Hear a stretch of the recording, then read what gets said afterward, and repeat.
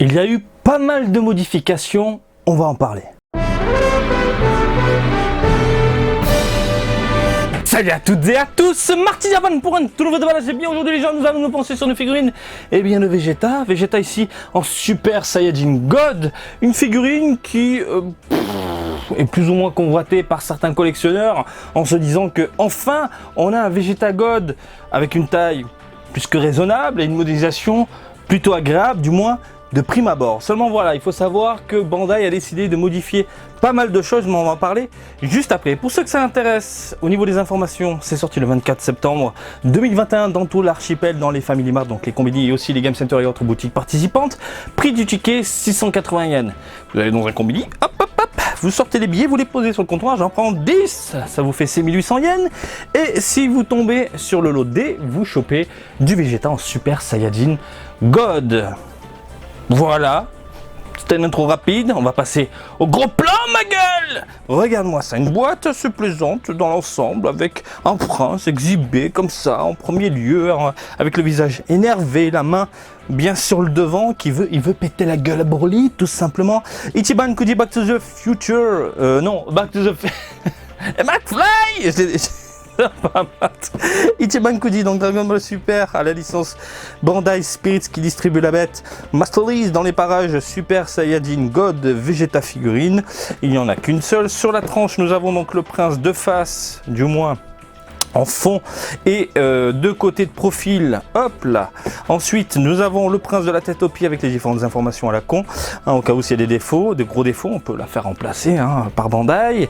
Et puis vous avez ici le prince de face. Bref, je prends mon petit cutter et on découvre ce nouveau jour du jour, ensemble. À l'intérieur, carton de protection. Ensuite, nous avons, on va tout sortir, ce sera beaucoup plus simple. D'accord, le prince qui est carrément mais enfermé dans ce carton là.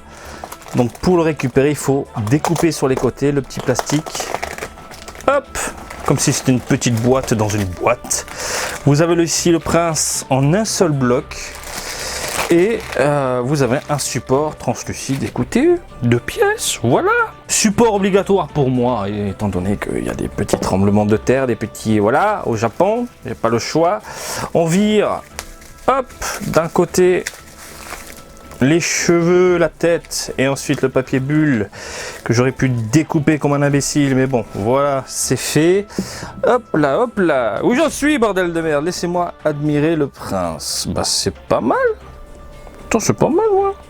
Il y a pas mal de trucs intéressants. Oh non, c'est pas mal. Franchement, c'est pas mal.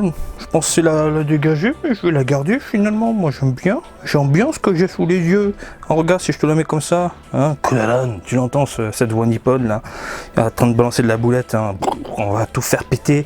Bref, une modélisation plutôt agréable à l'œil. Alors, nous avons ici un prince ultra maigre. Et c'est important. Parce que le Super Saiyajin God, lors de cette transformation-là, que ce soit Goku Vegeta, le corps est tout maigrichon, légèrement musclé, mais maigrichon. Et c'est parfait, les proportions sont parfaites, franchement, j'ai rien à dire, ça envoie du steak. Vous avez ensuite un visage, en termes de modélisation, donc qui a été modifié. On va parler des modifications visage, donc les yeux, la main, les cheveux qui ont été refaits également. Alors l'ancienne version, on avait un aspect beaucoup plus DBZ, je trouve. Et c'est pas fidèle. C'est pas du tout fidèle. Au niveau du visage, on avait des yeux un peu plus fins, un peu plus petits. J'ai l'impression qu'au niveau des cheveux, on avait quelque chose de beaucoup plus pointu également. Et là, ils sont revenus en arrière, en, j'imagine, analysant du coup le film Dragon Ball Super Broly. Et quand ils ont vu que les yeux étaient un peu plus larges, un peu plus gros, eh bien, ils ont ajusté pour que ce soit le plus fidèle possible. Et là, ça rend extrêmement bien. On est dans du Dragon Ball Super Broly. La main, par contre, je ne comprends pas. Pourquoi ? Parce que, regardez, la première figurine, la toute première, le proto, on avait une main devant parce que, à la base, Vegeta, lors de cette attaque-là, il a les doigts un peu crispés, la main crispée, comme ça, mais sur le devant, pas sur le côté. Pourquoi ça a été modifié? Il y a un mec dans les bureaux, il s'est dit, on va tourner le poignet, ce sera plus cool. Non, mais pourquoi tu modifies? C'était bien la main devant, je comprends pas. Je vois pas le problème. Bref, c'est vraiment dommage. Limite, tu fais fondre et puis tu tournes le poignet, mais c'est vraiment dommage concernant le côté fidèle par rapport à cette scène culte. Donc un corps plutôt bien modélisé avec le petit cul du prince pour ne pas changer, une armure plutôt bien réalisée, des bottes de l'espace qui en jettent. Là de ce côté-là je n'ai rien à dire. On va parler des textures. Oh regardez, bah faut la voir, hein. Enfin, la lumière faut la passer dessus, mais on a une sorte de jointure un peu space au niveau de la cuisse, mais il faut vraiment la voir, hein, c'est pour chipoter. Bref, les textures, on a de tout. On a du mat au niveau des cheveux, on a du mat au niveau de la peau, on a du mat au niveau de l'armure et des gants, et puis au niveau des bottes. Concernant la tenue du Saiyajin, nous avons un petit côté brillant, donnant un aspect pas forcément cuir, un peu latex, avec un fouet, mais j'aime beaucoup le délire. Et vous le voyez tout de suite, grâce à cette lumière, le côté brillant et le côté mat, ça brille pas sur un mur, on est d'accord? Et ça rend vraiment très bien. Franchement, c'est hyper bien pensé. Et les cheveux, le visage et le côté mat, j'applaudis, ça envoie du très lourd. Franchement, ça en jette au niveau de la mirette. J'ai rien à dire. Au niveau des peintures, donc peinture plutôt bien réalisée au niveau des yeux. Par contre, au niveau de l'armure, bah, il y a des défauts de merde, hein, des défauts d'usine, hein, des défauts de, bah, ça fait grincer les dents. Peinture qui dégueule, peinture qui est pas finie, peinture là qui a arrondi à cause, enfin je sais pas, regardez, là il manque de la peinture, là il y en a trop. C'est dommage, c'est vraiment dommage. L'arrière, ouais. Par contre, on est sur des couleurs simples, hein, gris, jaunâtre, moutarde. Ah, quoique, il y a un petit côté nuancé autour ici, mais c'est vraiment tout léger. Ouais, ça joue légèrement sur les mirettes. On a la paume de la main ici qui est plutôt bien travaillée, un petit côté grisâtre, foncé à l'intérieur. Puis après, on part sur du blanc, même chose de l'autre côté. Ensuite, au niveau des bottes, au niveau des pliures, on a ici un petit côté grisâtre.